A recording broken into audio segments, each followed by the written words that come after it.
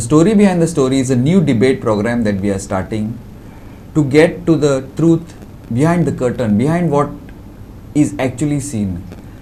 The seafarers issue is a hot one. So in this new program, Story Behind the Story, we are starting off with that issue. Today with me is Master Mariner, Captain Wency Viegas and Dixon Vaz from the Seafarers. They have both been in this line for a very long time, and we want them to bring out the issues what have been plaguing them for some time now. Welcome Captain Wency, welcome Dixon. Captain, I'd like to start with you. Now Captain Wency Viegas has been a master mariner for a very long time, more than 17 years sailing the seas. Now he does audits. He's a troubleshooter for many companies. He sorts out the issues like audits of ships, when the ships are in trouble, all that. On the other hand, Dixon is the operation side. He's been sailing for 20 years on cruise liners. So both of them can give us an idea of what it is to sail. More than that, the burning question of today is what are the issues that are faced by various seafarers who are stuck on cruise liners, who are stuck on ships all over the world, stuck because of this pandemic, COVID-19, also commonly known as the coronavirus. Captain, we'll start with you. What exactly are the problems faced by seafarers, by mariners, by generally because of this pandemic? Firstly, the general perception of the industry and the general perception as a country about seafarers is taking the seafarers totally in a direction right away from the actual COVID to a mental situation. This actually is bogging down and putting a stress on this entire seafarer community, because seafarers who have been the essential workers, because the seafarer trade, the shipping trade, is a trade which keeps the entire world moving. And when we participate in this essential commodity trade, we know that staying away from shore, staying away from families, staying away from friends, just out on that iron boat, sailing in the water which is stuffed with a planned stores, food, ration till you reach the next destination. With the same set of people, on commercial vessels we will have say 20 people, on cruise liners we may have 3,000-4,000 people, including your cargo who are humans in the cargo on cruise ships. So with this kind of a organized industry who has been doing tremendously well and who has been supporting the entire global economy, not only to the seafarers' contribution but by the seafarers' work that is being done. So when suddenly this kind of a situation happens, each and every state as well as each and every country took proactive steps to take this community and to decide about this community, and they evacuated them. All steps were taken because it was just a sudden attack. After what happened at China, it just bogged down in March and everybody started getting panic. But during this situation, all countries planned, the segments were planned well, and they kept the seafarers in mind. Who lagged behind was India, and India failed to take this community out of this situation on time in March. Today we are already mid of May, when yesterday we are getting circulars of evacuating seafarers from various places in the world by charter flights, which could have been done on the 20th of March. And where other countries have started doing this and they were been deported and disembarked from various places in the mid of March, end of March. So this is where our country has failed, and this is what the seafarers stand today in front of the India shipping community as a large. Dixon, you are the founding president of the Goan Seamen's Association of India. You are an operations man. You've been sailing for many years. Do you feel let down? Do you feel that, see, Captain has spoken, but exactly, do you feel let down? Planning should have been better. What exactly are your thoughts on this? See, as Goan, working on a cruise line, which they just recruit like this, once you are Goan, and also of course Indian, because we are hard working and skilled labor. And hospitality is nothing new in Goa, based on our background. But today is a big question mark. So almost 3 months the sailors are stuck on this big, huge cruise line, which contains 7,000 people on a ship. Today they are wanting to come home, and out of 60 nationalities on board, almost 60 are home long time ago, 2 months ago. So that friendliness, that kind of trust what India was, have built is been lost by the companies. Today, it's not that the companies don't want to take care of these people who are on the cruise line, but it's been too long. And they've been disappointed with the policies of the Indian government because they have said no to their own citizen, and it's become like a burden financially and have changed the whole direction of the cruising and the shipping companies just because of Indian nationalities on board. Could you be more specific? Like you say that the companies are being let down by the policies of the government. Could you be more specific what you mean by this, Dixon? See, today it is more than over 2.8 lakhs Indian sailors, the second largest in the whole world after Philippines. And out of this, around 50 to 60,000 are cruise liners. So there are 20-30,000 on board on various cruise line. Well, when this whole pandemic started, the whole world, every country had their program, lockdown, how to control. So that your national people, country citizen can be home, so that this cruise line are going to a financial crisis because they got a sailing order for next 100 days. The people won't be sailing. So why would they hold them? So they were hoping that this Indian crew or all the crew would go home. And of course, here what happened was the Indians are left still today. So the companies are not, they are in a question mark. Even the ships are because the airports are shut down until today. The ships have deployed them from thousands and thousands of miles. It's not easy for them to repatriate by the big ships. The ships have to go back again after dropping you. It will take months for them. And this has been so the question is, whenever they need crew, whenever they need employees, will they look for the Indian crew or they will look at a second thought? If they get a better crew, which is like example Philippines, cheaper, little bit, they stay longer on board, and they are skilled.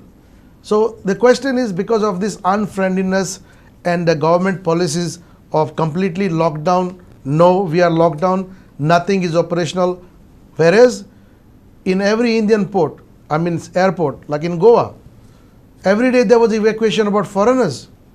It is not that India is locked down. It is just people don't understand why only the countries like Indonesia, Philippines, they just airlifted, they send their national carriers, come back to our country because you are the backbone of our economy. You are, just imagine this, 50,000 people are looking for jobs because just the cruise line will not rehire them again. So they have lost that trust of the Indian government, and I just forbid that this situation will not come because it will impact in a long run for the economy. Captain, you feel that this problem could be as serious as Dixon is saying, and if it is even half as serious, it's a problem. So what do you feel should have been done?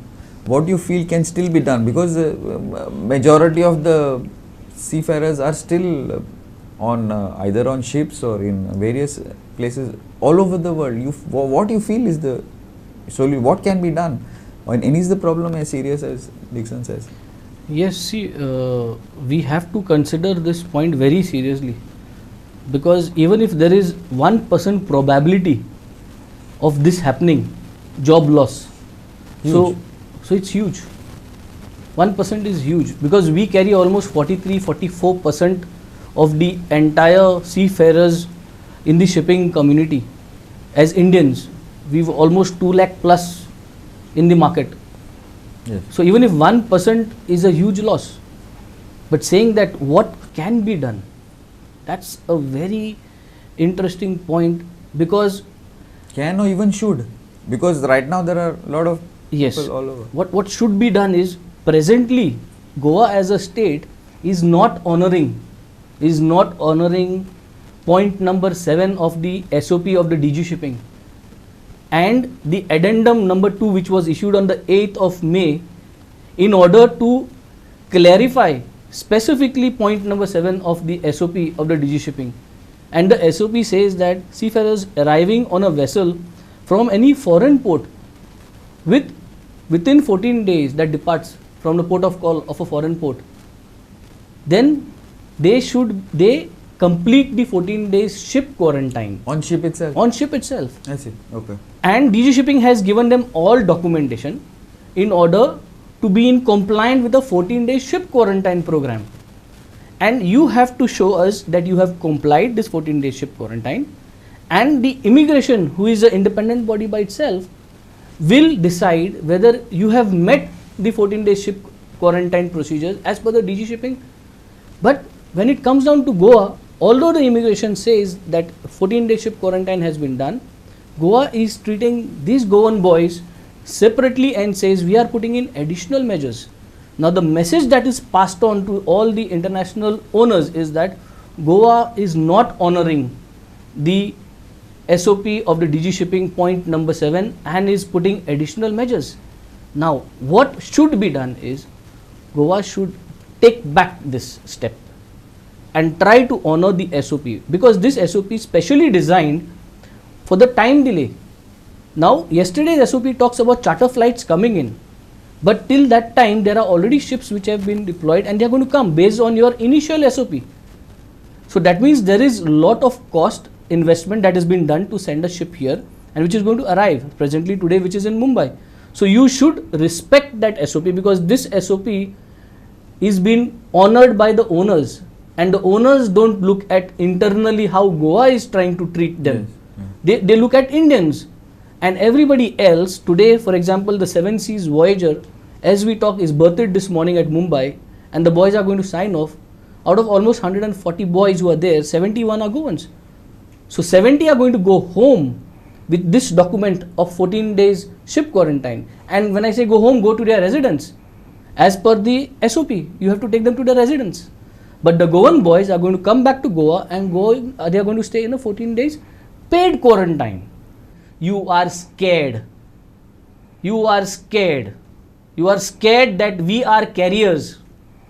You are not scared of any other person who is entering Goa state to the borders, but you are scared of us because you are not sure of your own equipments. You are not sure of your own medical setup, and that's probably you are scared of. If you were sure, 100% sure of your medical equipments here in our state today, you wouldn't have even bothered if there were all positive guys coming out from the ship. So this pandemic is nothing to do with worry. It is not going to stop tomorrow. It will continue for a period of time. You cannot leave people to fall into a situation of distress, a mental stress which you have done. You have to honor this. And now you are not honoring this SOP, and now there is another SOP which is come, which is for the flights to bring in. So these are two different topics.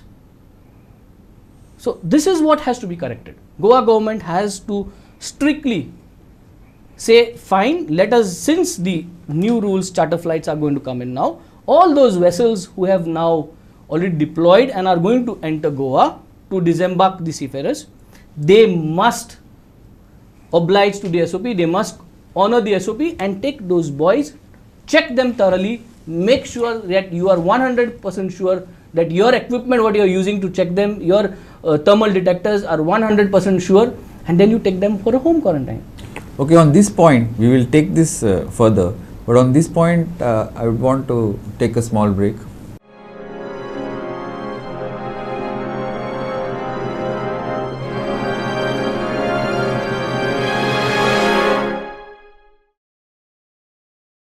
Welcome back. Dixon, I would like to continue with the point that we were discussing just before the break. Basically, this paid quarantine and the logic behind the paid quarantine and why there was a paid quarantine, and maybe specific. I also am aware that there is a fixed amount which has been fixed. So on what basis was the explanation given to you all that you all have to pay X amount? As per the National Disaster Act, I think is 47 of 24, it says the government have the power to requisite anytime any hotel, and then the government will pay the minimum rent. So the figure what the government is their own figure. This is not right. Because they need to discuss with the companies, because not every company is ready to pay. Today some companies might pay because they have no choice. Today the airports have opened up as per the order last night, but I don't know when they will come home. So when you come, if the company had money, they would have sent the ships already like the other ships. But there are like few companies, without naming them, they are just bargaining. This paid quarantine figure, the government needs to come transparent, and we need to make sure that this, the seafarers when they come home, they need to ask this, and the government need to answer to the companies how they come up and why they did this. You see, I just have one from one port where 17, without naming the port in India, the 17 crew are signing on and signing off, cargo. Signing on and signing off. The 17 people will leave the ship, And then 17 new people will come. join on Indian port. And their cost is comes to 75 lakhs. This is ridiculous. I mean, the charges for testing and everything to the company, it is come, the bottom line is for 17 people, the company have to pay the port 74 lakhs just for 17 people. That's very stiff. And the total amount is $97,000, 599. Your question is why they have come to 2,500. The government need to explain why not 1,000, why not just basic 500, when you have the power under the National Disaster Act that you can requisite a hotel, and why only selective hotels? See, Captain, I would like you to add on to this, and also add on another point also. Now, I think 60 plus, how many? 60 plus 18 seafarers have come back, approximately. Yes. Now, but we have, I don't know, more than 1 lakh plus Remaining to seafarers, first seafarers, and then NRIs, and also if in March, April, almost 2 months of, if we manage to bring down only so many, you feel this is right? With regards to this 2,500 per day, Yeah. I slightly differ from the explanation given because it is in record, and me along with a team personally visiting the various offices of the CM, the NRI commissioner, and giving them a contingency plan, showing them how to do, what to do. You all have given all that. We have given them a long back, and there is a major role of the MLAs who feed him with a lot of information, keeping in mind saying that I come from a seafarer background, and this 2,500 what I see in the news is our MLA from Benaulim constituency, Churchill Alemao. He mentioned that 2,500 MSC Cruise Line and Celebrity Cruise Line are ready to pay, and this figure was come out from there, because these are the people who feed, these are the people who give information and put this information into the mind of the team who comes out with this kind of orders. Otherwise, I don't see any reason when the entire tourism industry is low Zero minus it. and the rooms are available for a good standard for even 1,000 rupee. However, when I'm talking about a paid quarantine, it is on your choice, on your discretion. Is it an issue which you all are bringing up, as in why Goans have to pay against all these people who are coming, who are basically, they just have flats here, VIP culture? You have anything on Yes, this? this is actually what we have mentioned, and we have said that as per Article 14 of the Constitution, which talks about equality. So this is where it comes, when we all are Indians, and when the rest of the people from the country are coming like this, and they are not being done in paid quarantine, and we as Goans and especially the seafarer community are being paid. So there is a discrimination. Shipping is a procedure based community. You have to appoint an agent because the owner is sitting somewhere else. These are not one person owned ships. These ships are owned through a banking. They've got shares in the market. So this is how the network works. And so there is going to be a board of directors, there is going to be a CEO, and they are going to put the procedures in line, and they are going to appoint an agent. So an agent is a person who earns out of this. Yes. So Commission why based. will an agent convince the owner? I'll give you a very simple calculation. As we talked, Seven Seas Voyager had left on the 25th of April from Dubai. She can reach India in 2.5 days.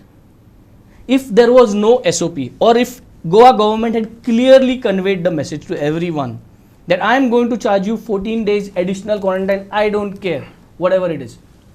So in 2.5 days, 27th or 28th of April, the boys could have disembarked On that day itself. on that day Would itself have been and come and paid here. So you have not done that, failure on your side. The vessel steamed and made her arrival and tendered her readiness. That's called as a NOR. Okay, so NOR was tendered. So NOR was tendered on the 9th. Why on the 9th? Because they have completed 14 days quarantine on Yes. ship.